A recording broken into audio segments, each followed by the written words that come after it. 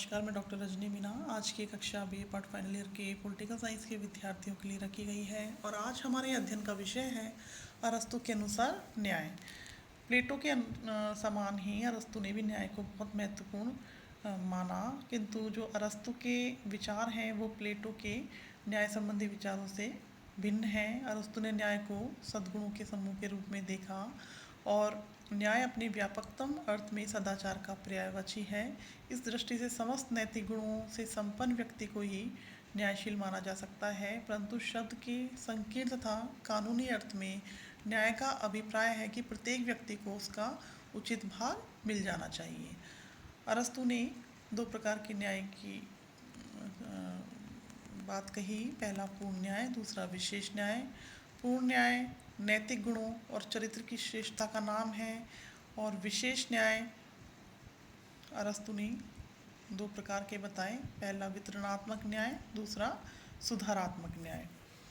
अरस्तु के अनुसार राज के उद्देश्य की पूर्ति के लिए किए गए योगदान के अनुपात में प्रत्येक के द्वारा अधिकार की प्राप्ति वितरणात्मक न्याय के अंतर्गत आता है। राज्य अपने नागरिकों के महत्व और योग्यता की दृष्टि से राजनीतिक पदों, सम्मानों, पुरस्कारों का बंटवारा करे और न्यायपूर्ण रीति से करे, क्योंकि इनके विषम वितरण से राज्य में असंतोष उत्पन्न हो जाता है।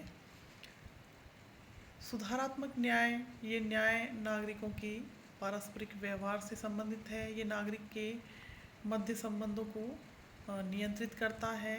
इसके पारस्परिक व्यवहार में जो बुराइयां हैं उत्पन्न हो जाती हैं उन्हें दूर करने का प्रयास करता है। जैसे किसी व्यक्ति का किसी अन्य व्यक्ति के प्रति कोई हानि का व्यवहार किया जाता है या किसी को हानि पहुंचाई जाती है तो दंड के माध्यम से सुधारात्मक न्याय किसी व्यक्ति के साथ न्याय करता है और दोषी व्यक्ति को सज़ा देता है।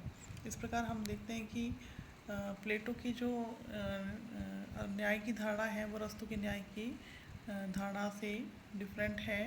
वो कौन कौन से अंतर इनके बीच में विद्यमान हैं। प्लेटो का न्याय विचार जो था वो कर्तव्यमूलक था, अरस्तु का विचार अधिकार मूलक है। प्लेटो भिन्न श्रेणियों के व्यक्तियों को विभिन्न कर्तव्य की परिधि में बांधते थे, किंतु अरस्तु व्यक्तियों की योग्यता तथा राज के प्रति उनके कार्यों को दृष्टि में रखते हुए उन्हें समान अनुपात में पद और सम्मान प्रदान करते हैं।